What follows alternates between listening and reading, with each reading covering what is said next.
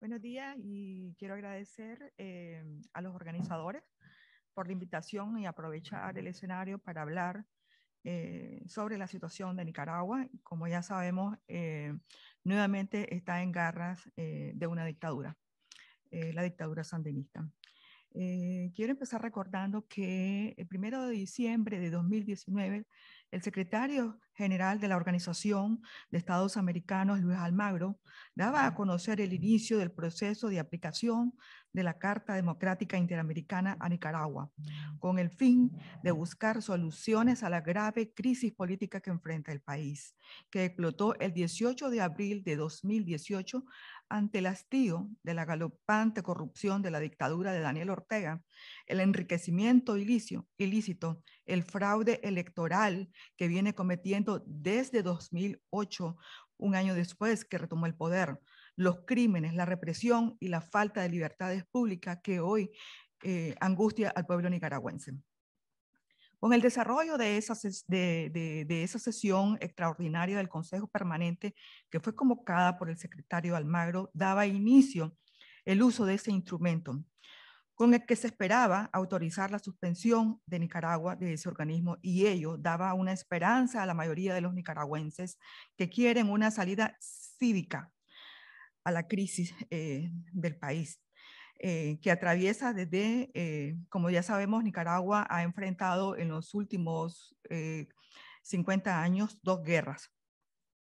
Una contra la dictadura de Somoza y la otra contra la primera dictadura sandinista que se instauró en el poder de 1979 a 1990, que dejó decenas de miles de muertos, centenares de mutilados y pobreza. Nicaragua hoy es el segundo país más pobre del hemisferio, solo después de Haití. El origen del proceso de la Carta Democrática Interamericana se dio debido a la brutal respuesta del régimen a las multitudinarias protestas en Nicaragua. Informes preliminares de organismos internacionales de derechos humanos documentaron al menos 325 crímenes contra nicaragüenses, en su mayoría jóvenes que querían un cambio. Fueron literalmente ejecutados por la dictadura, por francotiradores, a la vista del mundo, con disparos en los ojos, en la cabeza, cuello, tórax y abdomen. El interés, obviamente, del régimen era asesinarlos para crear pánico en la población y desmantelar las protestas. A esa crisis se suma el exilio de más de 100,000 nicaragüenses. Centenares de personas fueron encarceladas, sometidas a crueles torturas, violadas y sodomizadas con fusiles, víctimas a las que él lograba entrevistar y cuyos testimonios son escalofriantes y desgarradores.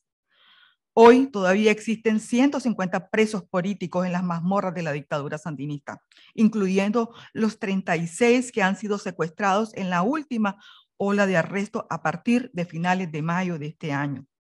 Ante los claros hechos de violencia y horror, este 1 de diciembre de 2019, el secretario Almagro, ante el Consejo Permanente, decía que estaba claro de que en Nicaragua no hay Estado de Derecho, que el uso de la fuerza del régimen es desmedido, que existe represión, que hay presos políticos, que el pluralismo político se asfixió, no hay separaciones de poderes y que por los hechos invocaban la Carta Democrática.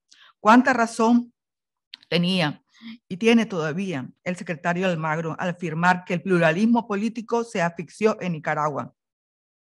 2 años más tarde, y en un año electoral, en noviembre tenemos elecciones presidenciales, lo estamos viendo.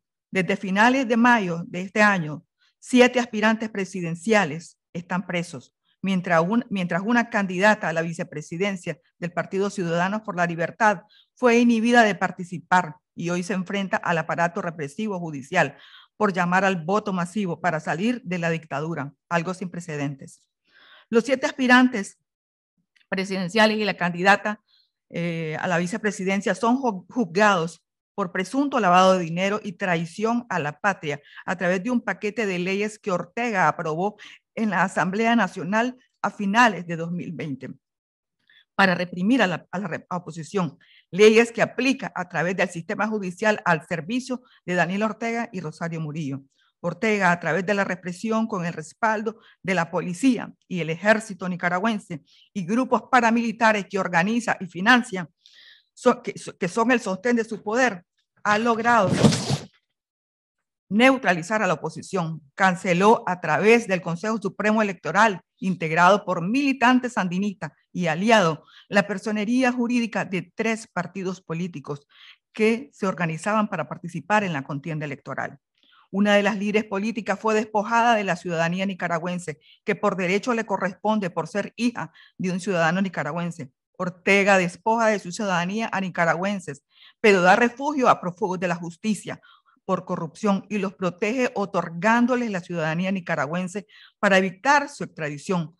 Casos claros son los del expresidente de El Salvador, Mauricio Funes, y más recientemente, Salvador Sánchez Serén, a quienes Ortega les ha entregado la ciudadanía nicaragüense. La Constitución nicaragüense prohíbe la extradición de sus nacionales. Ese es el objetivo de otorgarles la ciudadanía. Y en el fraudulento escenario electoral, el dictador sandinista se postula por 8ª ocasión para un 4º mandato consecutivo y un 5º mandato presidencial.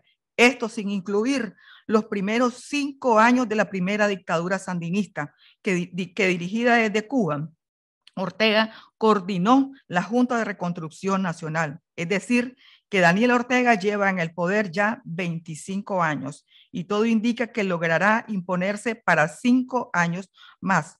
Cabe mencionar que durante los 16 años de gobiernos electos democráticamente, Ortega gobernó desde abajo provocando azonadas, vandalismo y muerte, preparando el retorno del sandinismo al poder. Si eso no es dictadura, entonces, ¿qué es? Pero para Ortega eso no parece ser suficiente. Su intención ahora es clara: instaurar una dinastía, un proyecto en el que trabaja desde que retomó el poder en enero de 2017. Su esposa se postula para un 2º mandato consecutivo y manejan el país como si fuese su propia hacienda, mientras los nicaragüenses luchan por sobrevivir. Este breve escenario expone ante ustedes lo que ha vivido Nicaragua en más de 40 años de sandinismo, pero lo vivido en los últimos 15 años confirma lo que explicaba el secretario Almagro en diciembre. En Nicaragua no existe Estado de Derecho. Las instituciones del Estado están controladas por Ortega y existiendo esas condiciones, la comunidad internacional no toma acciones contundentes. Los nicaragüenses nos preguntamos, ¿qué pasa? Todo parece indicar que existe indolencia ante claras violaciones a los derechos humanos en Nicaragua que Ortega perpetra con la complicidad del ejército y la policía. Quiero señalar que la historia nos deja claro que los crímenes no deben quedar en la impunidad, que los responsables deben enfrentar la justicia, que las familias tienen derecho a saber sobre el paradero de sus familiares desaparecidos, que las amnistías propician más luto y dolor. Nicaragua sabe muy bien de eso. La historia de la década de los 80 con la primera dictadura sandinista se repite hoy debido a esa amnistía. Los crímenes cometidos por el sandinismo posteriormente perdonados durante esa amnistía permiten que responsables como Ortega continúen hoy en el escenario de la política. Ortega se recetó una amnistía recientemente en 2019. Se perdonó los crímenes cometidos en abril de 2018. Hoy se prepara para continuar en el poder y establecer un diálogo para legitimar el fraude electoral de noviembre próximo y mitigar el impacto de posibles sanciones. La pregunta es, ¿cuál será la respuesta de la comunidad internacional? Porque 2 años después de iniciar el proceso en 2019 no hay una respuesta a la crisis en Nicaragua. Les dejo esa inquietud. Y por último, solo quiero señalar que en noviembre habrá una marcha en Cuba contra la dictadura. Eso nos da esperanza. El temor contra la tiranía se ha perdido. Da esperanza también a Nicaragua, porque desestabilizándose Cuba, cayendo la dictadura, responsable de la política de represión, responsable de la propagación de esa plaga de terrorismo en la región, se creará un efecto dominó. Hay fe en eso, creemos en eso. Gracias.